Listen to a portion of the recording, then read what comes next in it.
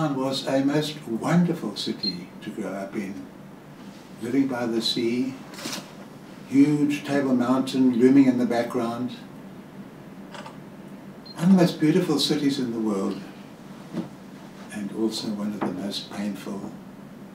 A city so divided, so unjust. Overlooking this beautiful city, Albie Sachs is feeling overwhelmed by emotions. Born in South Africa in 1935, on his 6th birthday, Sachs received a message from his father encouraging him to become a soldier in the fight for liberation and the value of human rights.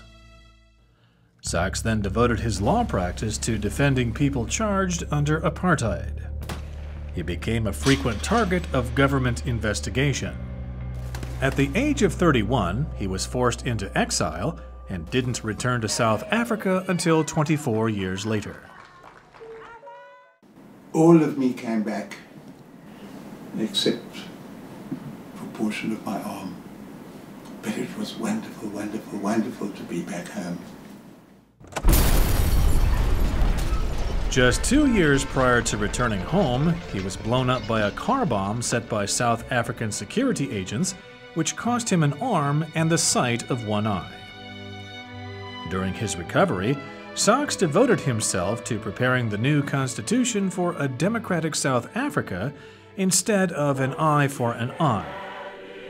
The dignity of all persons is respected, and the strengths and values of all communities are embraced.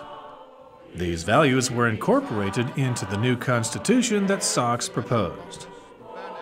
In his 15 years serving on the Constitutional Court, Sachs helped protect the dignity and equality of the South African people.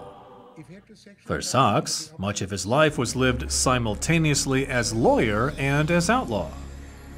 For fighting unjust laws, he paid a huge price. Nonetheless, Sachs dedicated himself to healing the divisions of the past by adhering to the rule of law.